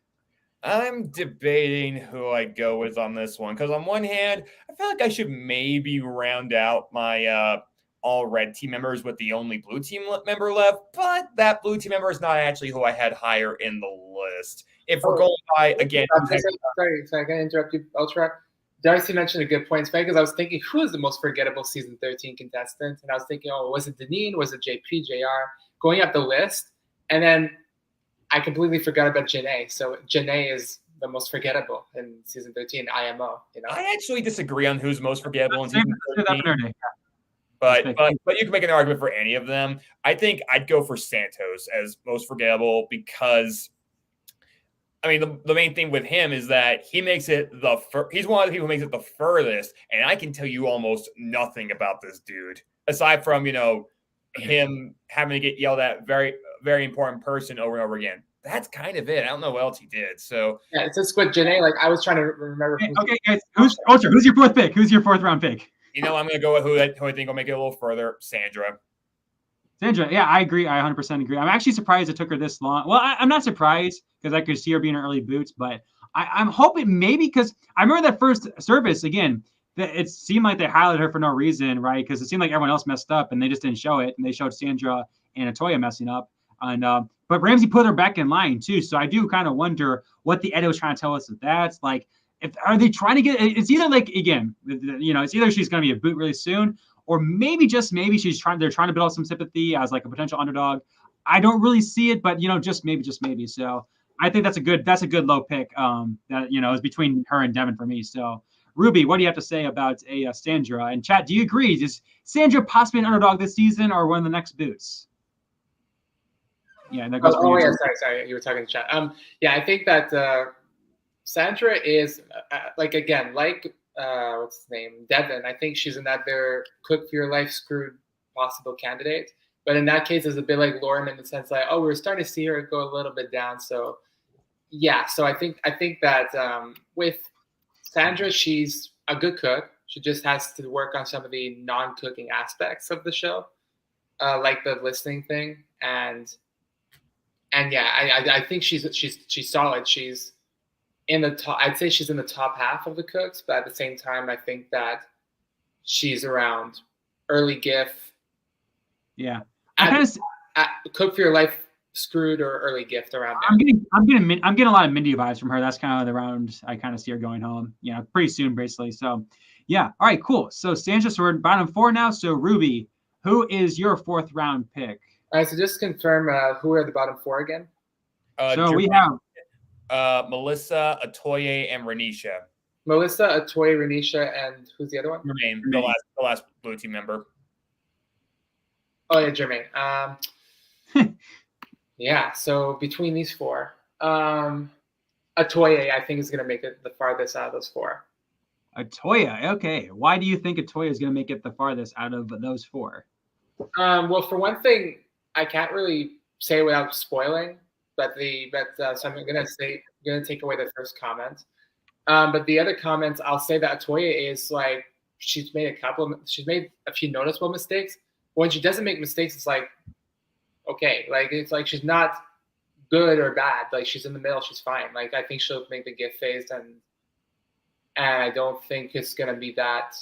Like I don't see her going home soon. I think she's gonna go home a little bit later in the game. And I don't. Well, not late, but like somewhere in the gift phase. I don't see her. Like in terms of being safe, she's a good pick. You know what I mean? Yeah, it's kind of she's got another interesting edit. In this case, probably good she's been invisible, right? Because she messed up badly. She was up for nomination in the first service, but she's kind of forgotten about. So I'm kind of hoping. Her plea was shit. I'll give her that. Like I think her like even Tad's plea was better than hers, in my opinion. But that's a good thing. I think they don't want you to remember that she did bad first service. They kind of want you to forget about her, and like she slowly does well, while everyone else messes up. So that's a good pick. The plea. I mean, that's what I meant. I know. Ultra, what do you think about Atoya? I think that we haven't, aside from this episode where we did at least see her do well, or actually, no, she didn't do well in this challenge. I guess in the service, she did okay. We didn't see anything like noticeably a highlight or anything. It's been mostly mistakes. So I would be predicting that she'd actually be going home kind of soon. But Okay. again, I could be wrong about that kind of thing. It's just that there'd be very little keeping her here as far as like there's not a ton of memorability in the entertainment value. I'm not seeing her speak up much. There's nothing for her being a leader. And again, her challenges have been not especially great. So that's all I got to go off of. You All right. are a toy. All right, cool. Yeah, not really much to say about her. So move on to where now. So we got our first 4. We're now getting our last picks here. So bottom 3, our last picks. Ruby, out of what? We got Jermaine left. Jermaine, Renisha. and Melissa. Jermaine, Renisha, and Melissa. Who is the best of the worst? And when these are in bottom 3, who would you like to pick as your number 1? I think all 3 are going home. Like either like Jermaine. Like here's the thing: two of these chefs I think are going home pre-gift. The one who I don't think is going home is either going to go home pre-gift. So I think it's either all 3 or just 2 of them are going home pre-gift. But the one who sort of has a chance of making the gift is Jermaine, and that's the one I'm picking. Yeah, I agree. Yeah. I'm actually kind of surprised he hasn't been brought up yet because he's kind of similar to Devin earlier. Just kind of there. I mean, not really messing up too bad, I guess, but he's kind of there. Yeah, he's just kind of there. But that's the thing too. Like when he talks like he has a level head, and so that's the positive for him. But at the same time, he could be screwed by the cook for your life. He could be, or he could be the gift phase. But I'm just saying again, like I think like these 3 are good. 2 of these 3 are going home pre-gift, in my opinion, and Jermaine is either pre-gift or like early gift, and so he's my best pick out of those 3, and I'll shut up about it. Yeah, I can kind of see the same thing. And not really much to say about him. Ultra, do you have anything to say about Jermaine? Are you surprised he's this low, maybe? About the same thing personally, because again, I know he made some mistakes in the second dinner service and was nearly considered for nomination. Honestly, should have been nominated over Brad. I could maybe see that carrying forward into the next few services because, again, his edge is not especially strong within his team. So, yeah, that's where I think he stands personally. Yeah, not really much. I kind of agree. We'll see. Unlike Devin, who I could say like has upside. I just don't really see much upside with him. So he's just really there. But again, just I hate to keep saying that. Maybe we're being harsh, but just kind of purple edit, just kind of there. So. Ultra, essentially the final pick. You're picking for both me and you. So, who is your final overall pick, and who are you going to give me up with the last overall pick? Well, I got all red team members either way. Yeah, you're right. I know so like girl power, I guess. If the red team loses, and I am seriously like making it close for me, especially since otherwise only 3 of the 8 women left are between y'all. I'm going to go with whoever's just more entertaining between them, and that's Renisha. I do think. Fuck off. I thought you were going to pick Melissa, bro. Like I was saying, I know who you're going to pick, and I'm wrong. Yeah, it's like, I guess if you want to say who's better by a fraction, Melissa, I don't think either of them are going to go very far. But again, maybe similar to why you picked Jason, and then I picked Carmen. It's a matter of like, if they're that entertaining, maybe they'll be kept around either way. And I will say I see a teensy bit more leadership ability in Renisha compared to Melissa. I feel as though if you put her in a leadership position, it like she's not going to try, at least not with her team. If anything were to happen, she was working with the guys, maybe a different story, but I don't know. So just to keep also, there actually everybody who's watching this later, I doubt everybody who's watching this right now, when you knew about this, and people who are going to watch this later on, you did not predict that Melissa was going to be the last one picked. I bet. I'm like, this is why I think I might have struck gold with this one by not picking. There actually is one other reason. Statistically, something I noticed kind of recently. Melissa was the first signature dish judged of this season. And if you look back, none of them have won. Dun, dun, dun. That is something I also have to kind of take into account. It's like, I mean, if there was anything a little bit more to her to maybe break that trend, I might consider it. But No. so far there isn't. So I'm gonna just. I feel like all my best picks are still above me anyway. So if I had to pick one or the other, I'm gonna take my chances with Renisha. Yeah, but Renisha's still not winning this shit. Like, anyway, I don't think so, but I think she's gonna be fantastic TV. Like, I'm not bored by her in the least. Yeah. Anyway, Flynn, your comments on having Melissa? Yeah. I mean, I'm shocked. Well, it's funny, Nate. Real quickly, yeah, we're just about finishing up. Like I said, guys, this was a fun stream, different stream. We obviously did our episode recap, and we did our freaking draft picks. And we probably after this we'll even give up our black jacket predictions. But yeah, Melissa at the bottom, like this is the same person who won the punishment pass, right? And like she hasn't really like done anything ultimately bad, other than kind of screw over her teammates, right? Take that for what you will. So I cannot see her winning, obviously. Probably wouldn't. I don't know. Maybe borderline top 10. But the fact that she's the last overall pick, I am shocked by that. So I'm actually pretty happy with that. I would have totally chosen Renisha instead, maybe even Jermaine. So we'll see. Hopefully, I'm feeling good about that pick. So even though I didn't pick it, right? So yeah. All right. So that is our pick. So let's kind of go over them one more time. You kind of might have to remind me. I got listed. So Ruby has Jonathan, Damir, yeah. I just brought Jonathan, Damir, Jason, Atoye, and Jermaine. That's right. I have. For me, I have 3 J's and Atoye and Damir, so that's easy to remember. Right. I have all red team members. These red team members being Sammy, Danya, Carmen, Sandra, and Renisha. And then Flynn has a pretty even mix from both teams. You got Ryan, Lee, Brad, Devin, and Melissa. I'm pretty happy. I'm very happy with my pick. I'm feeling very, very confident. Good. So how do you guys? I got the purple edits though. Like I feel like it's weird because I feel like in a way that the chefs, a lot of the chefs here on the season are not actually weirdly enough not getting purple edits. It's the only way they're getting purple edits really is how is regarding their cooking. That's I feel like the one thing where they're getting a little bit purple, but like in terms of their presence, I feel like they're mostly there except for maybe Atoye and Lee. Like. I don't know. To be honest, I'm kind of forgetting about. I don't know. To be like I told you guys off screen, I was kind of like focused on a whole bunch of stuff, with how the stream was going to go. So maybe that played into it. But yeah, I do kind of hope they kind of pick up on that a little bit, like the comment said. Hopefully, these people start getting more screen time. Maybe it very interesting because, like I said, as the comments say, these picks could very, very well easily change within like a week or much less 2 weeks from now. So we'll see how it all goes. So we all kind of gave our winner picks. We all agree on Jonathan. So let's now give, and we kind of like touched on it. So. Ruby, who's like your official black jacket picks? Who's like your official top 5? Oh, sorry, I didn't think of this. Well, okay, I mean, so I'll say Jonathan. Damir, Ryan, Sammy. Shit. And there's one. Let me just double check the list. So I said those 4. And chat, this goes for you too. Who's your in the chat? And I asked this earlier, but who's your black jacket predictions? And I'm debating between either Lee or Carmen as my 5th. So which one? I'll say Carmen because she has more edit. Lee can be the 6th place screwed.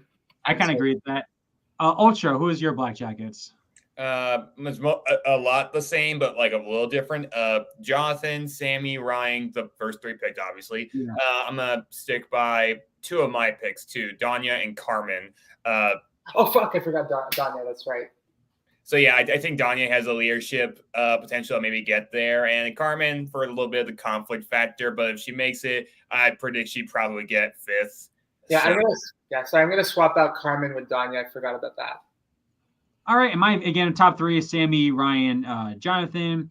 And I kind of touched on this. I could see Lee, being the first black jacket eliminated, and someone talked about this earlier. I could see Carmen.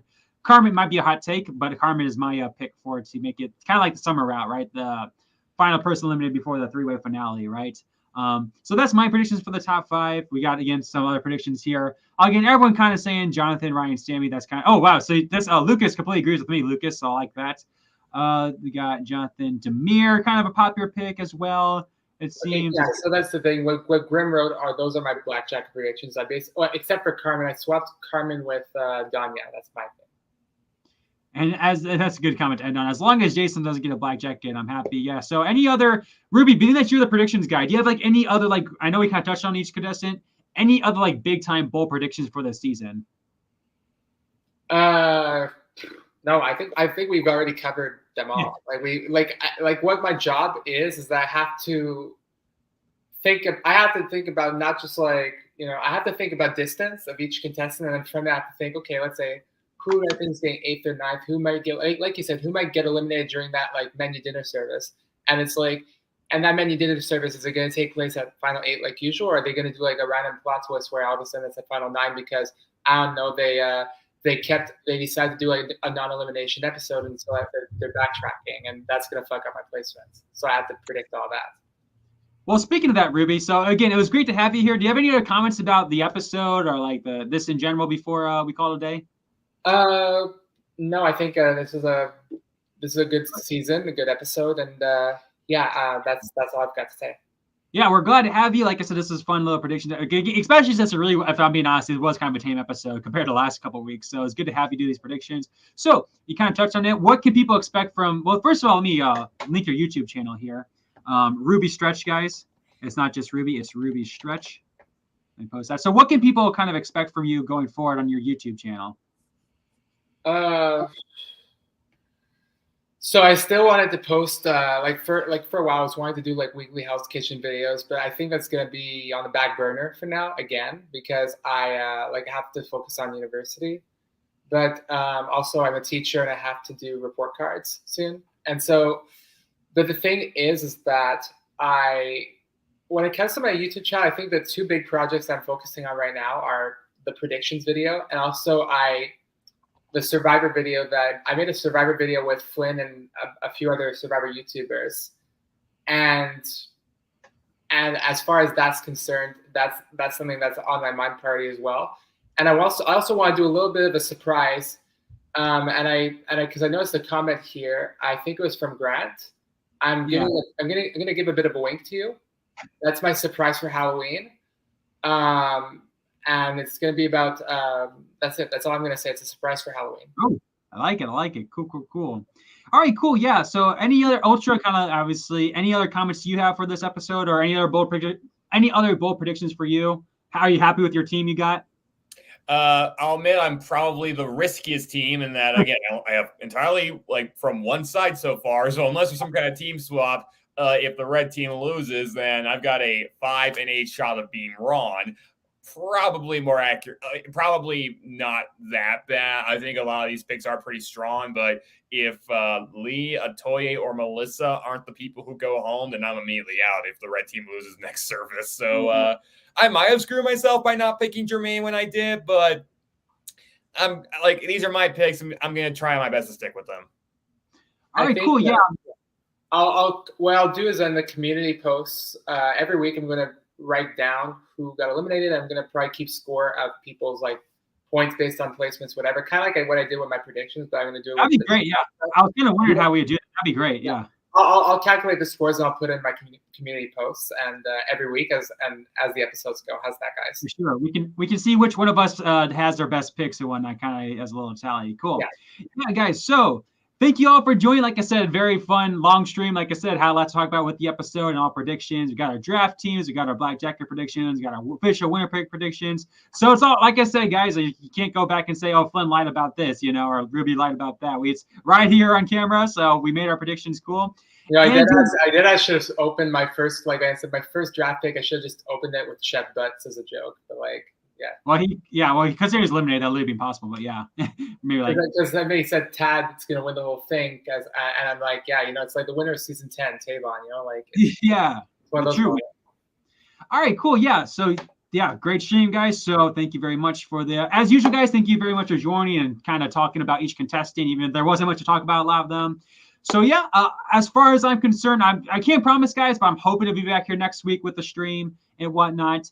And we'll give you some news about Ultra going forward about that as well come next week. We'll try to get some contestants back on. Again, they're pretty busy this week. Drew is with sickness, so he couldn't really help me get any contestants on. So is what it is. I'll keep you updated, obviously, what we can do next week. Like I said, be on the lookout for Most Forgettable Chefs video this week. Should be very, very fun. And yeah, Ruby Ultra, thanks again for joining. Do you have any final words before we call it a day? As far as I'm concerned, do you want to go Ultra? I was just saying carpe diem. That's my motto. Okay. Yeah, as far as I'm concerned, I would love to come back, but it's not going to be for a long time. I have to wait till December because Thursday nights I'm not available usually, but this is an exception. But Yes. Yeah, so see you guys in December. But yeah, I love doing this live with you guys, and you guys in the comments, they're great people, and that's it. I had a good time. See you later. All right, perfect. Great. I'm so glad this is ended because I know you've been here the whole time. So let's give one last hurrah for Chef Butts, his funeral. With that said, thank you all for watching. Have a good one, y'all. Oh my God.